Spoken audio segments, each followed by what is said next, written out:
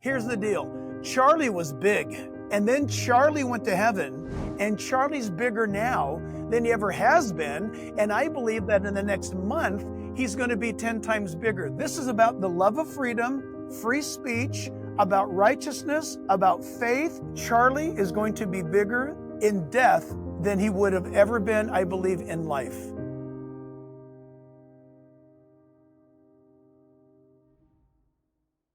Hi, everyone. Welcome to the Steve Hilton Show. As I told you last week, this is a special about Charlie, and it's very special. Not much need for an introduction other than to say I'm going to be talking in this show with two people who knew Charlie incredibly well. Pastor Jack Hibbs, who's a friend of mine, and Andrew Kolvet, who's a friend of mine. Andrew, you may have seen in the last few days talking about Charlie. He was the producer of the Charlie Kirk show, and here it is. Jack, it's obviously been a nightmare for us who knew Charlie, but what I've really been inspired by, of course, Erica, but you and some of the ways in which you've been guiding our response to this. I just want to start by asking you right now, this is Monday morning, September the 15th that we're taping this. How are you feeling? Yeah, I was hoping you wouldn't ask me that. I have been so busy, Steve, since Charlie's passing that I've been able to wrongly, I stress, friends, wrongly mitigate my emotions by how busy my calendar is right now. And Steve, I can honestly tell you that the first chance I get, I need to get alone. I need to let it out. I haven't had the luxury of letting it all out. And so I'm kind of operating in somewhat of a, I'm realistically, don't get me wrong, I'm a Christian, and I know exactly where Charlie is, but I'm kind of numb in a way whereby I'm reporting on things. I've been asked by outlets, what was my relationship and all. That's what I've been busy about. But Steve, you know very well, when we have these times of profound grief, we must always make sure that we get it out. The worst thing we can do is bottle it up. And I'm just waiting for enough. I just need like an hour to just kind of vomit out my emotions before God and get it out. And I think I'll be okay, because again, we know where Charlie is. And so we're rejoicing, but we're also very sorrowful because we miss, you and I are missing a friend who has left a massive hole in so many ways. I really appreciate you saying that, and I'll just give you my version of that, which is I completely understand.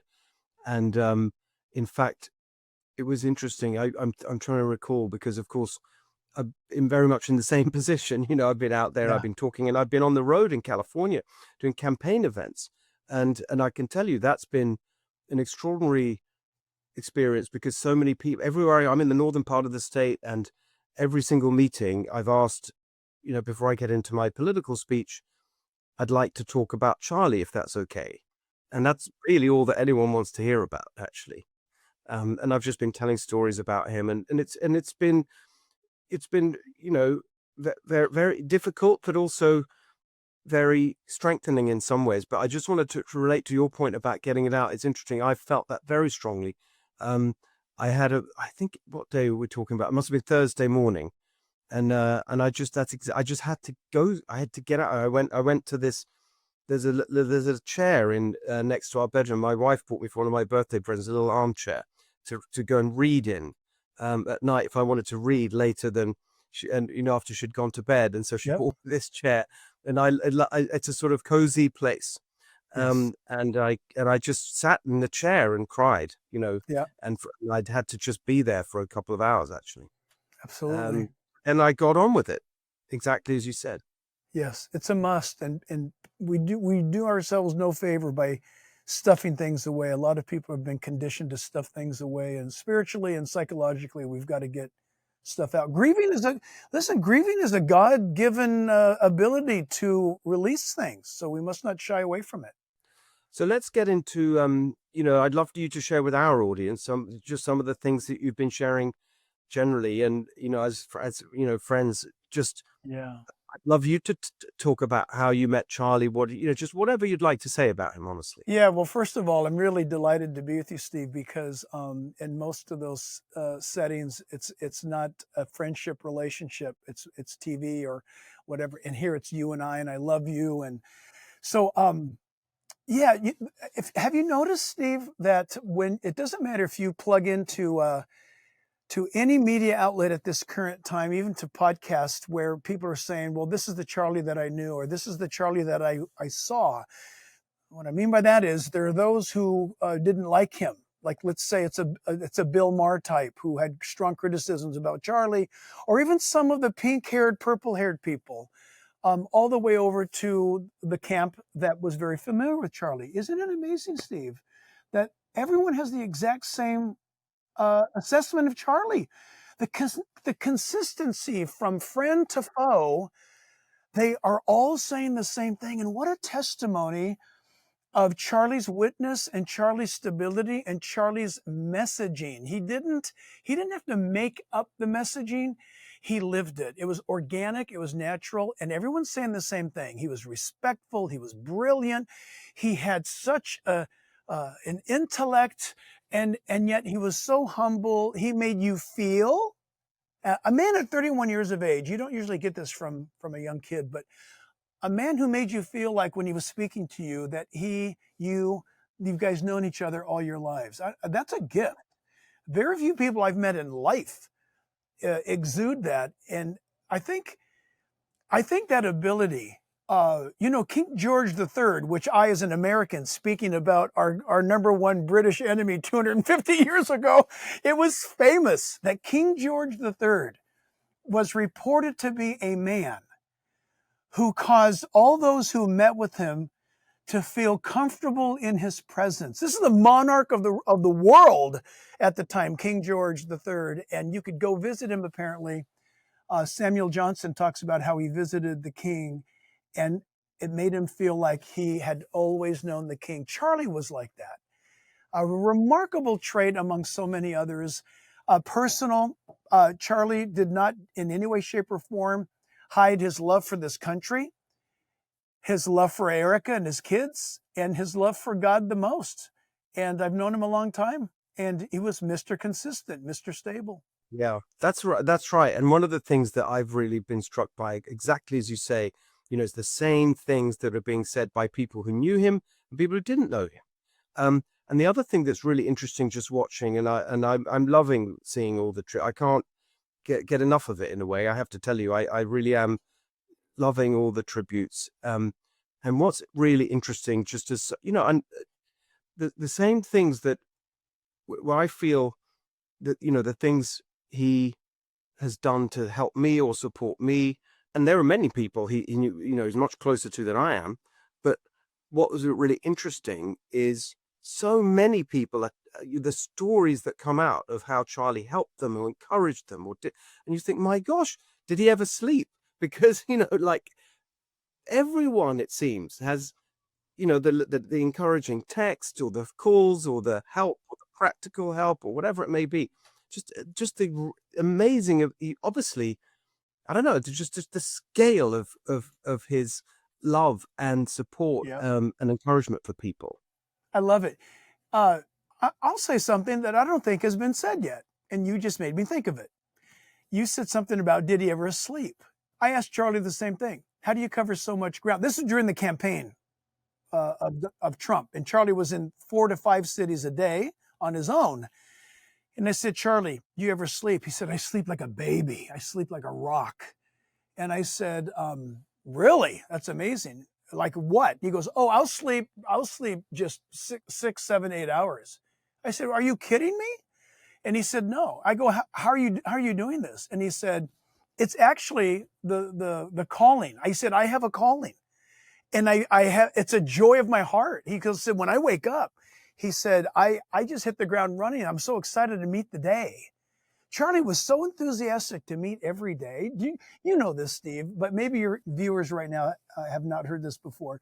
But Charlie always he had a little regiment every day, and one of those things was not only move someone a little bit closer to Jesus. That was one of his things, but the other thing was that Charlie was passionate about learning something new every single day that he could record down. I learned this today. Steve, what a great way for any of our young people to, hey, it's a great thing for me to wake up and think, I want to learn a new thing today. Charlie practiced that. And yeah, his zeal, it's funny, his zeal you and I saw, his ability to get things done and to cover so much ground, he didn't see it as some supernatural achievement. He was having so much fun in his life doing what he was called to do. And that's the key, to do what you're called to do. Exactly right. Can you remember the first time you met him? I did. It was around 2018, 2019. He was coming to the church at Calvary Chapel, Chino Hills, because a friend of his was going to speak.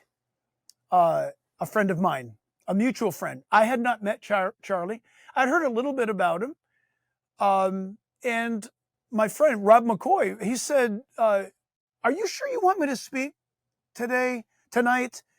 Because I think you might want to have this kid speak, Charlie. I said, well, I've heard of Charlie. I don't know much about Charlie.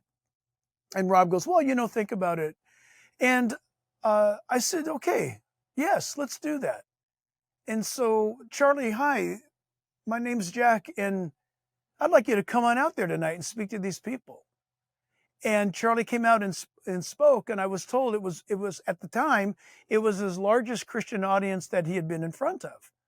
And Charlie, of course, did what Charlie always did. He just set the bar so high.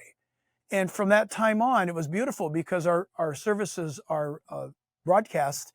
And Charlie texted me the next day, later in that afternoon, actually, and he said, I want you to know, since last night, I have been inundated with pastors asking me to come and speak at their church. Thank you very much. And that's how that came about. And so we were honored and happy to have him. It was on a lark. It wasn't scheduled, but God had a plan.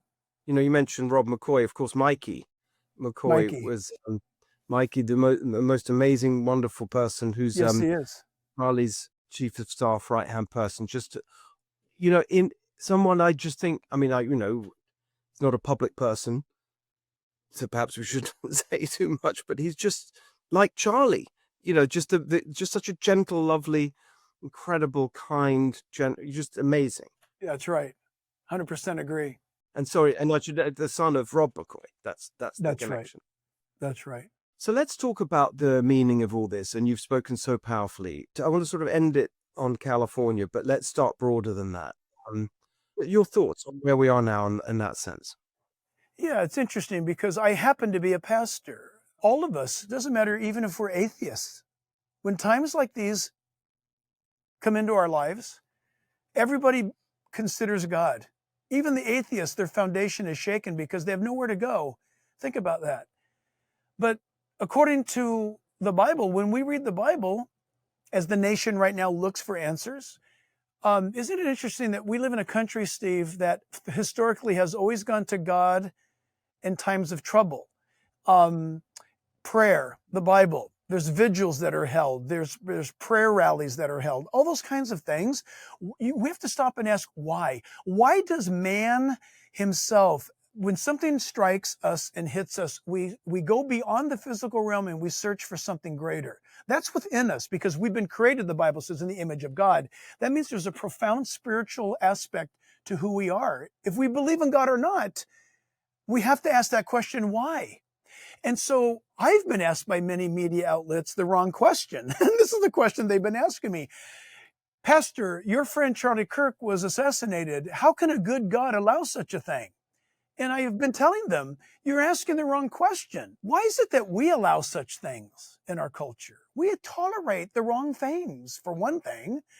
But the biblical answer is, all have sinned, the Bible says, God says, all have sinned and come short of the glory of God. We all are sinners. And when God tells that to us, he doesn't say, you're all sinners, and so I'm going to flush the cosmic toilet and you're going to go down the drain and I'll recreate everybody else. Nope. He says, you're all sinners. your original mom and dad in the Garden of Eden blew it. Ever since then, there's been murder and death and war. And yet I've come back to your world to die on the cross for your sins, to pay the debt that you can't pay, so that you can experience the heaven that you could never earn. And I want to give it to you as a gift. That's called redemption, salvation. Jesus said, I'm the way, the truth, and the life to that very, very existence. Charlie knew this well. By the way, Charlie knows it now perfectly. And so people are saying, why did this happen? Well, all of us must die. Nobody wants to talk about this, but listen, we live like it. Hear me out. All of us must die. We know that way in the back of our heads somewhere, but we want to prolong life as long as possible. I get it. I take vitamins. I try to work out to what? To be healthy and to live a good, long, healthy life. We want to live. And that desire to want to live, the Bible says God has put eternity in our hearts. Isn't that interesting? And so when we want to live, we want to experience a quality of life, again, that's been given to us by God. We know what's right and we know what's wrong. How do we know what's wrong? You can't know what's wrong unless you know what's right. C.S. Lewis made this such a great argument. So when people say that's wrong, yes, it is wrong. But the only way that you know that the assassination of Charlie Kirk or this person getting cancer or this child dying at birth is wrong is because we know what's right. And I've been encouraging people to not focus on that dark end that has no hope or meaning, but look at the good end, or the good start, I should say, that leads to a beautiful end. And that is this. If there's death, there must be life. And if we can dream, and if we can imagine, and if we can write a paper or a song or a poem, that doesn't come, Steve, from any bodily part of what you and I possess. It doesn't come from our gray matter. It doesn't come from our spleen or some little fatty tissue behind my liver. That comes from the spirit of who we are. Jesus said, if a man were to die believing in me, he will live forever. These are the deep spiritual answers that Jesus alone gives us in times of crisis. And so I've been answering people's questions to, how could this happen? Is there life after death? All of these questions are answered listen, all of the questions, Steve, are answered by Jesus. And I want to stress it that way, not by religion. Listen, being a member of the Baptist Church or the Anglican Church or Calvary Chapel or the Catholic Church, you think there's a place up in heaven that's the Anglican department and the Catholic department and the Methodist department? No, those things have been created by man. There's one, and that's Jesus, and he's personal. And Charlie knew that. We talked so many times over the years about that very truth. And so when people get I think a spiritual perspective, and then they interpret what's going on in the world around us through a spiritual lens, through what this great book of wisdom gives, changes your life. That's what we've been saying. Based on what you've just said, I want to put something to you and just tell me if I'm where I'm going wrong or whether you agree. As you were talking, and as in that sense of trying to make sense of this, here's a thing that came to my mind, which is one of the things that I've been saying privately, I may have said it publicly as well, certainly thinking, is one of the cruelties of this is that point, well, look what he achieved in those, in those short years. Just imagine what he could have achieved in another 31, another 62, and so on. And then I was just thinking, and that's the cruelty of it, that we were, and this is some of the language that's been in my head, we were robbed of that, it's been stolen, those sorts of words. And then I was just wondering, well, maybe it's true that actually this extraordinary response is better, because actually it's going to be bigger. And it's not just going to be Charlie, it's going to be an army of people. And that maybe is the point. Steve, look, I can hardly get the smile off my face. And by the way, folks, we did not rehearse this podcast. The Bible says, Romans 8:28, Charlie loved this verse. All things work together for good to those who love God, those who are called according to God's purposes. So, couldn't agree with you more, Steve. In fact, I often told my grandkids, get a picture with Charlie. sit down with him. Let's get a picture. He's going to be the president someday. Well, guess what? It's human nature to project into the future what could be. And that's called hope. It's a good thing. But look, I got to tell you, you and I knew him and we knew him well. And I kind of lost the forest because of the trees. I knew Charlie was famous, but I've gotten images from Tel Aviv, from the Kennedy Center in Washington, D.C., from London, from Sydney, from Macau, China, from Christchurch, New Zealand, all around the world. Steve, I didn't see this coming. I did not see this coming. And here's the deal. I know this sounds silly, but young people will get this. So one of Charlie's accounts, I don't remember which one it was, but he had 3 million followers on that one particular account. I don't know if it was X, I don't know if it was Instagram, it's irrelevant. But I was told yesterday it went from 3 million in 24 hours. It went from 3 million to 11 million, and it's still going. They grew 18,000 chapter applications on the day that Charlie was shot. And then by Sunday morning, there was 35,000 permits pulled to start chapters of TPUSA in the United States alone. Here's the deal. Charlie was big. And then Charlie went to heaven, and Charlie's bigger now than he ever has been. And I believe that in the next month, he's going to be 10 times bigger. This is not about Charlie Kirk. This is about the love of freedom, free speech, about righteousness, about faith, and about the cry of the human heart, Steve, which you're so articulate to do, and that is to express your First Amendment rights. And by the way, our founding fathers made 1 and 2 amendments. First Amendment, Second Amendment. And this is their conclusion regarding why these must be 1 and 2. Number 1, you can try to shut man up, but he won't shut up. Man will speak his mind. It's not a law given by man. It is a reality given to us by God. Boom, First Amendment. Second Amendment is, no matter what you do to a man, if he is threatened of the robbery of his property or the protection of his family or his own body, he will defend himself. It's a God-given attribute. Boom. Second Amendment, a right to defend yourself and to bear arms. Charlie understood that. He spoke that. There's that internal part of us. And the amazing thing about what you just said is Charlie is going to be bigger in death than he would have ever been, I believe, in life. We don't know, Steve. We don't know if Charlie would have somehow fallen off a curb and hurt his back and become crippled, or somehow be, as our good friend Dennis Prager. I spoke to Dennis Prager this morning, by the way. That, Dennis Prager is laid up in the hospital now, being paralyzed from his shoulders down. But we don't know the future apart from what God has given us. But this we know: all things work together for good to those who love God, to those who are called according to God's purposes. Charlie loved God. And look, he's in the safest place there could ever be right now. He's not, by the way, I love saying this, he's not resting in peace. Charlie's rejoicing before God. Okay, let's focus on that. But Steve, yes, what has happened is actually best for the entire world. And time will show that, I believe, without a doubt. It's not just comforting to hear you say that. I actually see that I believe it's true, however hard for us it is in this moment. It's interesting. Yes. It's a very clarifying conversation. Thank you, Jack. Let me ask you about, I know you have to go. We've got, a lot to do and think about, but I do want to ask you about California. We're both committed to California, but both you and Charlie were there with me on day 1 of this campaign when I made my announcement in Huntington Beach. Tell us how you think about that mission in relation to all this.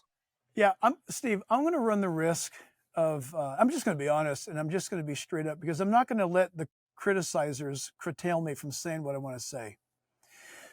Because I'll be marked for politicizing this, and yet it's a fact.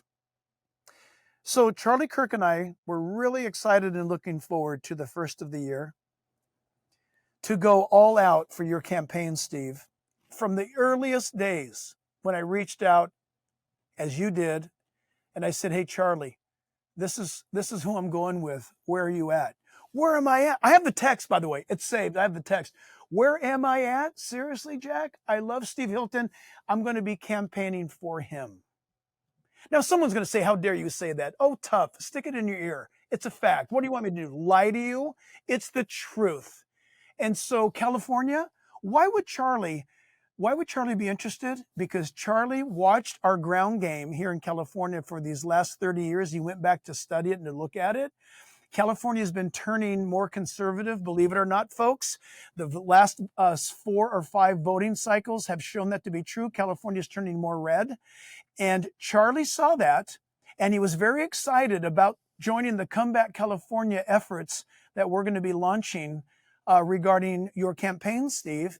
And California, I believe, is not only going to turn around, it is going to turn around in a massive way. It's going to shock the United States.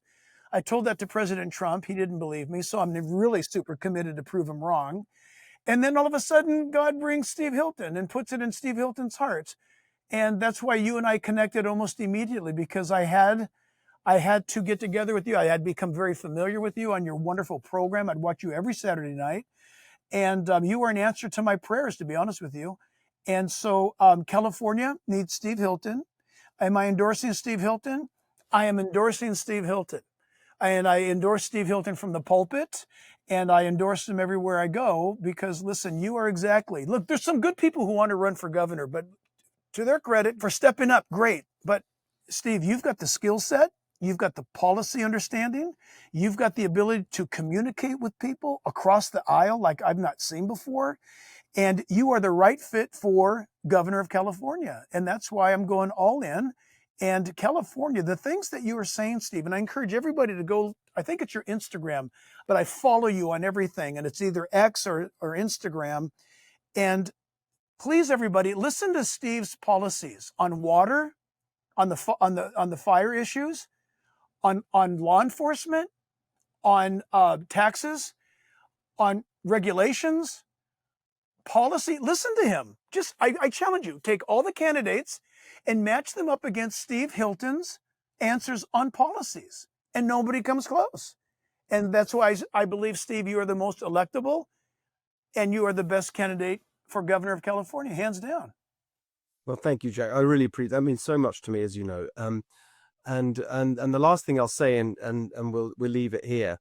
When you say we're going to shock the world, the thing that really brought that home to me, and was a real new spur to do this with you and everyone and build this great movement, actually was Erica on Friday with that amazing speech. And she said they have no idea what they've unleashed. They have no idea. And the way I've actually been saying this on the road, and I've said, you know what? The first evidence of that will be when we flip California. That's what this, and that's why I'm so determined to win this for Charlie. And I have no embarrassment about saying that. That's how I feel, that I want to win this for Charlie.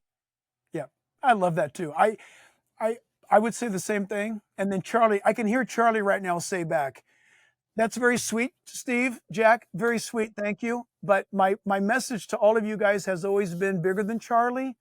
It's for this great republic. Yes. Win it for the republic. California sets the standard for the nation. California, good, bad, or ugly, sets the pace for the nation. So set it for good and do it for God and for the love of man and for this great republic. You can hear him saying that right now. Absolutely. I literally can. That's very sweet. Like exactly what he would say. Yeah. Yeah. Wonderful. Jack, thank you so much. There's no one I would rather have had this conversation with to honor Charlie in this special episode of the show than you. So I'm thrilled that we could do it. I'll see you very soon. Thank you, Jack. I'll see you soon, and we'll do many more of these, Steve. I have a feeling. Andrew, we're friends. We've been talking for years. You're right in the middle of it. We're taping this on the evening of Tuesday. You're right in the thick of the preparations. I appreciate so much you took the time just to speak to us a little bit. I'm going to start with the same question that I asked Jack Hibbs, which is just how are you feeling right now? We're keeping ourselves busy, so that helps. we've got a huge stadium event to plan, and as incredible as so many of the Turning Point events have been throughout the years, and the amazing production skills that we have, and the capacity and capabilities, it's unlike anything we've done before. And we're doing it at Cardinal Stadium in Glendale, Arizona on Sunday, and the president's going to be there, the vice president's going to be there.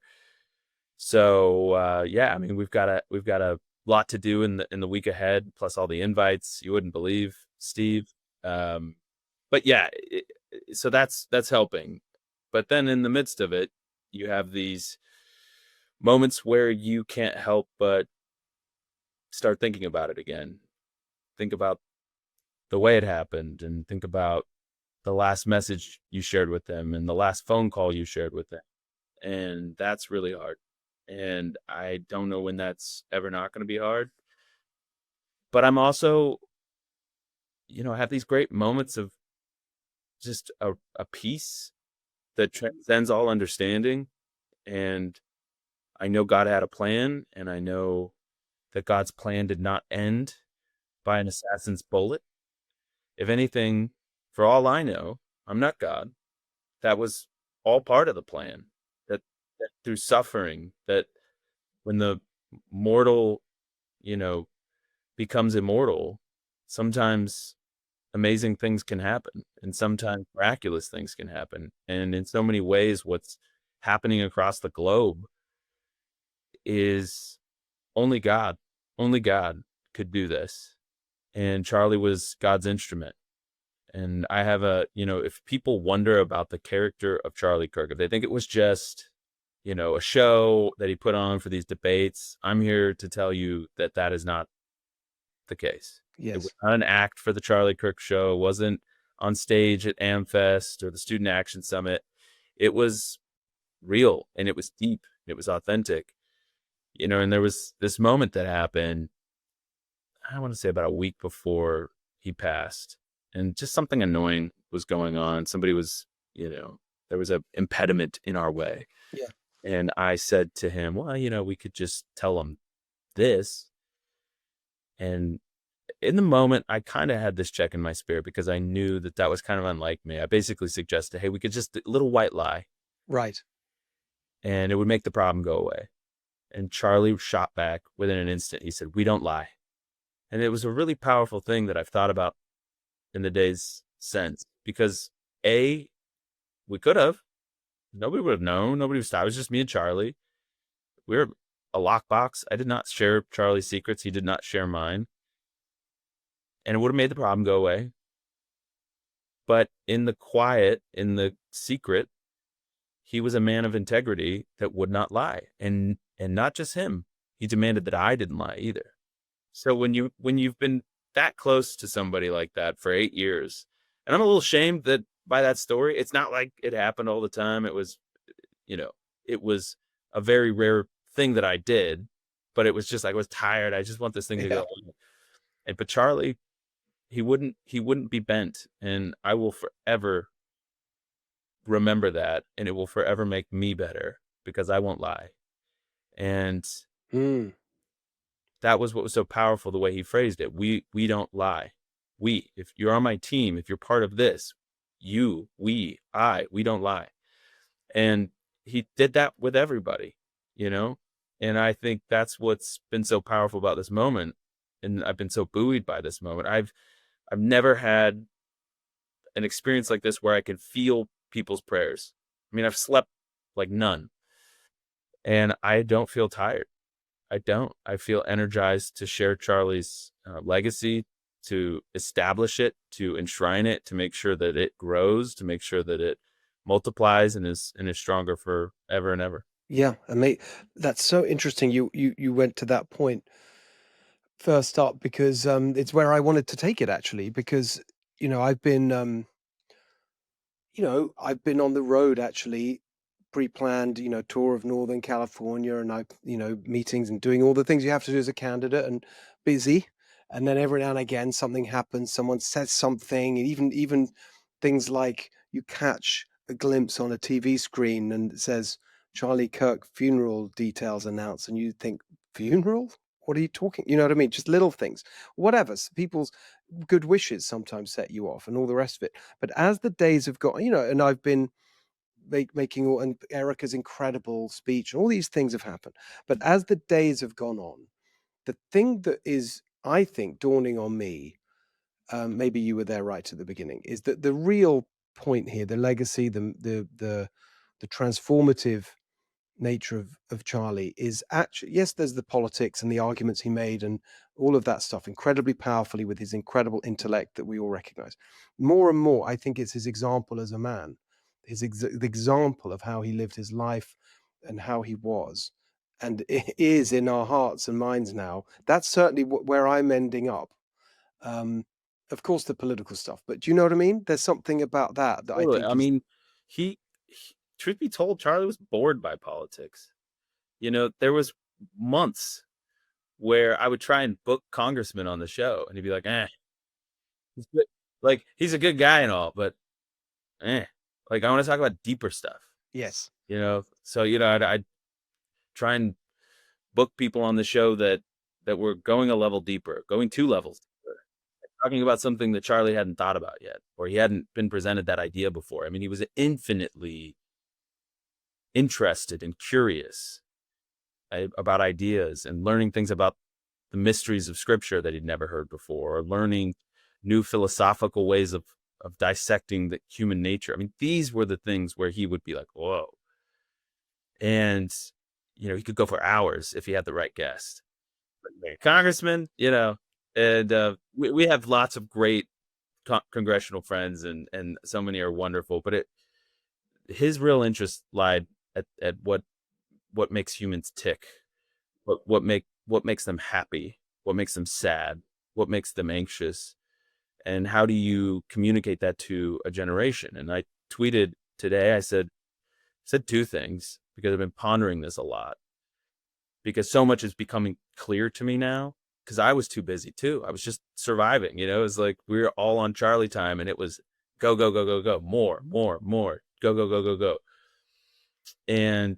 But things are coming into focus. And I realized, I tweeted first, I said, Charlie was a prophet, and he was calling on the nation to repent.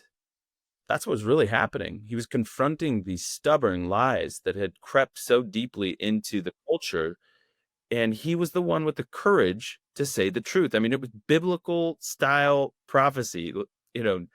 I think of Jonah and Nineveh. I think of Jeremiah and Ezekiel and Isaiah. I mean, these, and they all died basically, and the analogy is almost perfect. And then, Yes. and then I thought a level deeper as well. And I thought, it occurred to me that we called them a campus tour, but it was something more than that. These were tent revivals, Steve. Yes. That's what they were. We even had a tent, and we put up the tent, and the people flocked, and they came to hear Charlie dismantle the lies of the zeitgeist of our time. And it was, in the end, the deep and powerful stuff is, this is how to live. This is how to be a good person. And he modeled it. He showed us. And that's why I'm finding that's the effect that is so powerful. And that's why it's just indelible and will continue to be so powerful. It's an incredible thing. Well, and Steve, on that note, he passed it on to us. I mean, this is not even first person. I mean, I certainly feel it myself, but I can just point to the rest of the team at Turning Point and on the Charlie Kirk show. We all have this DNA that we were absorbing day in and day out, and seeing how, what Charlie would do in this situation. We did the show live on that Friday, and my goodness, I've never had so many people text me about a show and thank me for doing a show. And we left Charlie's seat open, and it was excruciating. I mean, Charlie died at 12:23 on Wednesday, and that was Mountain Time, so it would have been 11. It was basically 2 days on the mark when we started the show. It wasn't even 2 days. It was less by a couple hours. And here I was hosting his show in tears, but I knew Charlie would have wanted us to do it. And, we were joking these little moments of levity that just because you've cried all the tears you can cry. We were joking in Provo. There was our small group of our team there. We went right to Provo, a bunch of us. I was not there when it happened, but I went immediately. I was there within 2 hours. And we were there at the hotel, and, we quickly realized that Charlie was, the number one news story the world over, basically. Yes. Complete saturation. And, if there was a number one news story across the world, Charlie would have been like, we have to stream, get the stream. Right. And, and so, I knew that Charlie would have wanted us to do that. And so we did it. And that's just one small example of how all the team and how we kicked in with this arena. It's not even arena, it's a stadium event that we've never done before. Everybody's just rising to the occasion because he taught us well. Exactly. It's incredibly powerful. I feel it's transformational for me. I mean, actually, you'd say, what would Charlie do? I'm asking, I literally say that in my head. I've been saying it ever since. It's very, very powerful. And I don't know. I mean, I had a great conversation with Jack Hibbs about it as well. And he made the same point, and as he was talking, I came to the same view, which is that in the sense of, well, in the end, obviously you have the pain, the unbearable pain, and Erica, and all of that, but the idea that this is a better outcome, because instead of just Charlie, you have now millions of people who are just taking it forward, whose lives are going to be changed, who are going to make such a difference, and it's an amazing thought, actually. What's interesting about that is I got this from Larry O'Connor. Larry said, related a story from CPAC where he was on a panel with Charlie about honoring Andrew Breitbart. And Larry was like, well, this panel's full of people that knew Andrew. Charlie, you never met, Andrew Breitbart. He died in 2012. And Charlie's like, Larry, call me. I'm going to tell you all about it. I can't wait to do this panel. I'm so excited. And so they call, and he's like, well, Charlie, what's the story here? He said, well, Andrew Breitbart's death inspired me to start Turning Point USA. Yeah. And I just think, how many more Charlies did this assassin just birth into the world? In fact, that reminds me now, God, all these stories come back. It's so funny. The memories, just that. I'd forgotten this, but one of the first times Charlie and I went out for dinner in LA, he'd done the show. He took me to the restaurant that he used to go to with Andrew Breitbart in Brentwood. And who did this? Charlie. No, Charlie never met Andrew. No, but he said it was his favorite place or something. Oh, it could have, maybe that was it. He said, this is the restaurant that Andrew Breitbart, maybe it must have been where he went or something like that. Yes. It was, I wanted to go here with you because this was the Breitbart place or something like that. Yes. Well, it's probably, so Andrew died walking away from, I believe, maybe that restaurant. So he, closed his tab, walked out and was walking home. And then okay. That must have been it. But, yeah. He died in 2012 and Charlie started Turning Point USA in 2012. And Charlie, it was Andrew's premature death that I think got Charlie to just dive into everything Andrew Breitbart, and it just fired him up. Right. Okay. That's right. Well, I remember that's why he wanted to go there. He loved the legacy, and that we spent many shows referencing Andrew Breitbart, and it really was, his legacy truly did live in Charlie. He did his best to absorb everything about Andrew Breitbart, and so it's a fascinating thing. Just, I don't think it's a coincidence. They say in the church that the blood of the martyrs is the seed of the church. I think it's the same in these types of movements in so many ways. The other thing, you just mentioned church. It's a small thing, but I just keep thinking about it. I don't know what your reaction is that his name means church, Kirk. Like, I don't know what to make of that, but I've been thinking about that all the time the last. There are no coincidences, Steve. There are none. And, there's all these, everybody's got these little weird prophetic things now. these little drops that are almost, I think, assurances, along the way. And I've got a bunch of them. I think I just feel comforted to know that God is in this. And despite the fact that we all had to suffer this incredible tragedy, I'm comforted in knowing, and I think it's important for people to know this, that, Charlie didn't suffer. It was over in an instant. And, I think there was hope that maybe, the doctors and so people, I don't know that they know that, but it was over in an instant. And that's comforting, because Yeah. he was in his mode, and he was so excited that morning. I texted with him like 22 minutes before it happened. He was pumped, Steve. It was the thing he kept talking about all week. He just couldn't wait to get back with the students. Yes, because it was the first one, wasn't it? Yeah, it was the first stop of the tour. I don't want to keep you too long. You've got so much going on. I've got a couple more things I want to ask you, just two. First is, a little bit moving away from the deeper spiritual thing, but it's something I feel very strongly about as someone who's, started companies. I know how hard that is. I've been making this point on the road in every event, but by the way, you should know, I've been doing these events all, for the last, I don't know, 5 days on the road in Northern California. Basically, all anyone wants to talk about is Charlie, and I start by saying, I've got my normal political thing, and I just say, look, I'd like to talk about Charlie, if that's okay. And you can see that's all they want to talk about. And, I tell stories and so on, and it's just everyone's in tears. It's an amazing thing. It literally every event the same. But one point I always make, and it's not as deep as the other things we've been discussing, but it matters to me, which is that when you see the news and all the rest of it, they describe Charlie's conservative commentator or conservative influencer. And of course, he's so much more than that. But there's an aspect that I think is so important, which is as an entrepreneur, the fact that he built this incredible organization. And I've got to know you all, not all of you at Turning Point, but many of you, and had many encounters with Turning Point in different guises. It's such an incredible professional organization from nothing. He built this huge thing.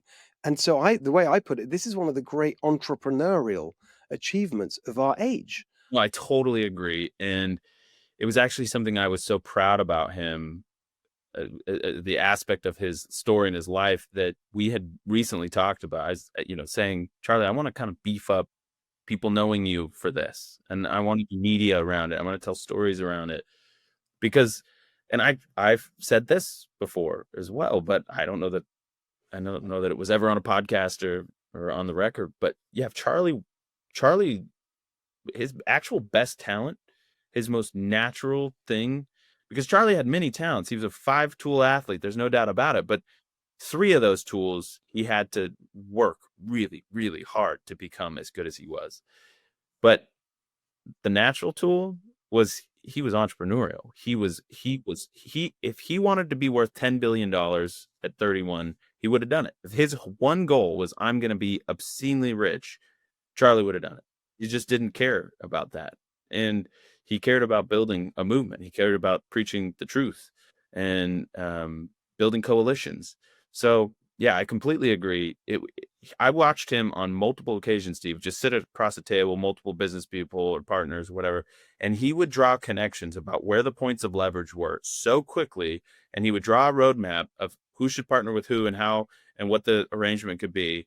And then he'd be like, we can work out the details later. And then we'd be like, that's perfect. Agreed. And he would just do it so quick.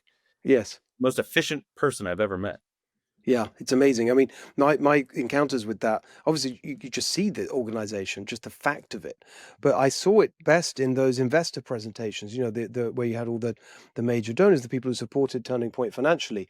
I've been to a few of them now. I mean, they're the most impressive presentations I've ever seen. I know you played a big part in it with the incredible content and the videos and amazing. But he stood there 2 hours, 2.5 hours, just the scale of what was achieved and the growth. I saw the growth over the years. It's absolutely phenomenal. Yeah, he worked really hard at those investor presentations because it was telling our story. It was telling all the things that we were laboring so hard at. And the people that supported us needed to see what we had been up to. So they were a real treat if you ever got to sit in one. And it showed so much. It was it was, imagine, to Steve's point, I mean, it's 2.5 hours of him just explaining in real detail with videos. And not only did it show the professionalism that Charlie had instilled within the whole organization, they were just entertaining, and they were marvelous to watch. And yeah, the scope, Steve, people probably still don't really understand all the things that Turning Point was doing, and really the reach. But he was an amazing storyteller, especially in those settings. So last one for you. By the way, that reminds me. At some point, I don't know when we're ready, when the weekend's out of the way. I'd love to sort of do something with you and maybe others from Turning Point about the future, about what's next, about the range of Turning Point plans and how people can get involved. But I don't want to do that now. I just want to do one last thing, which is, and I've been saying it because I think it, and I've been saying it on the road. In this, in a way, the happy memory I go back to with Charlie in the middle of all this. And it was, I don't know if you remember, I'm not sure you were there, I can't remember. It was about a year or so ago when he was coming to LA for some important meetings, and he lost his voice. He couldn't speak at all, like literally couldn't speak.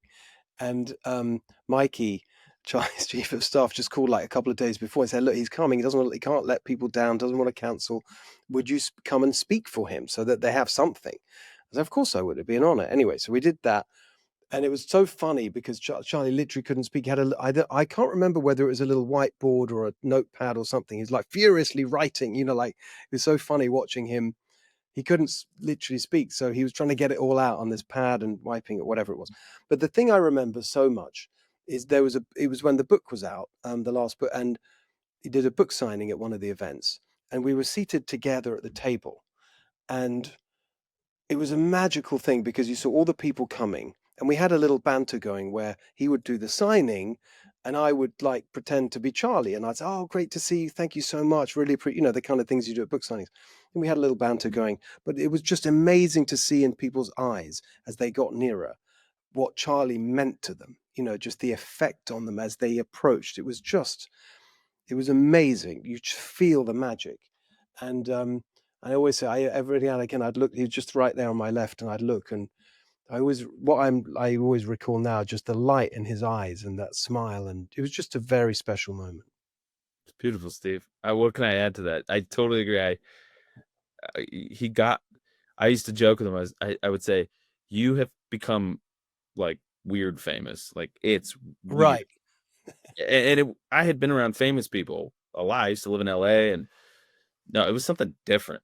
It didn't matter if he was in London, didn't matter if he was in Seoul or Tokyo or Iowa, and I've told this story recently. I'll tell you again. It's hilarious. He was, love Fox, everything. No, this is not a disparagement to Fox. It's a praise of Charlie. But Charlie found himself at this dinner bar situation, having this really long talk with two people from Fox, personalities that if you watch Fox, you would think, oh my goodness, top talent,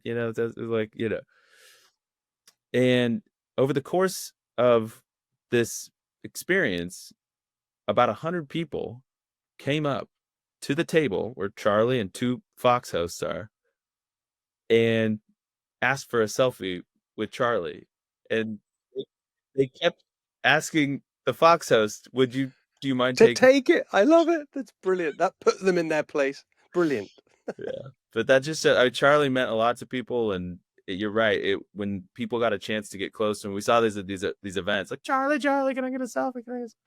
So it's people love it. It's something else. Anyway, look, that's certainly how I literally can see it in my. That's what I'm thinking of when I can. I can see it too. I know exactly what you're saying. Well, thank you, Andrew. I really appreciate it. It's great to see you today. I'll see you at the. I don't want to say it. I'll see you soon at the celebration. Yeah, exactly. Steve, I want California to know. I want your listeners to know. I want the world to know that you were a dear friend. You put Charlie on your show, your Sunday show on Fox. At times when other people wouldn't, we could leave it at that, but you always championed him, and you were a dear friend, and you always believed in what he was building. And I know I keep making it preachy, so I apologize. Forgive me, I'm in that headspace, but the Bible says that he who receives a prophet receives a prophet's reward. And I just bless you, man. I thank you for always being there for Charlie. Well, thank you. Thank you so much. And I'll see you soon. Thank you. Thanks, Steve. All right, that's our show for today. Not the show that I ever wanted to make, but I'm very happy that we had those wonderful conversations that are very special. And we'll see you back here next week on the Steve Hilton Show, fighting for all the good things that we know we want to see in the world. Make sure you follow us on Apple, Spotify, YouTube, wherever you get your podcasts. See you next week.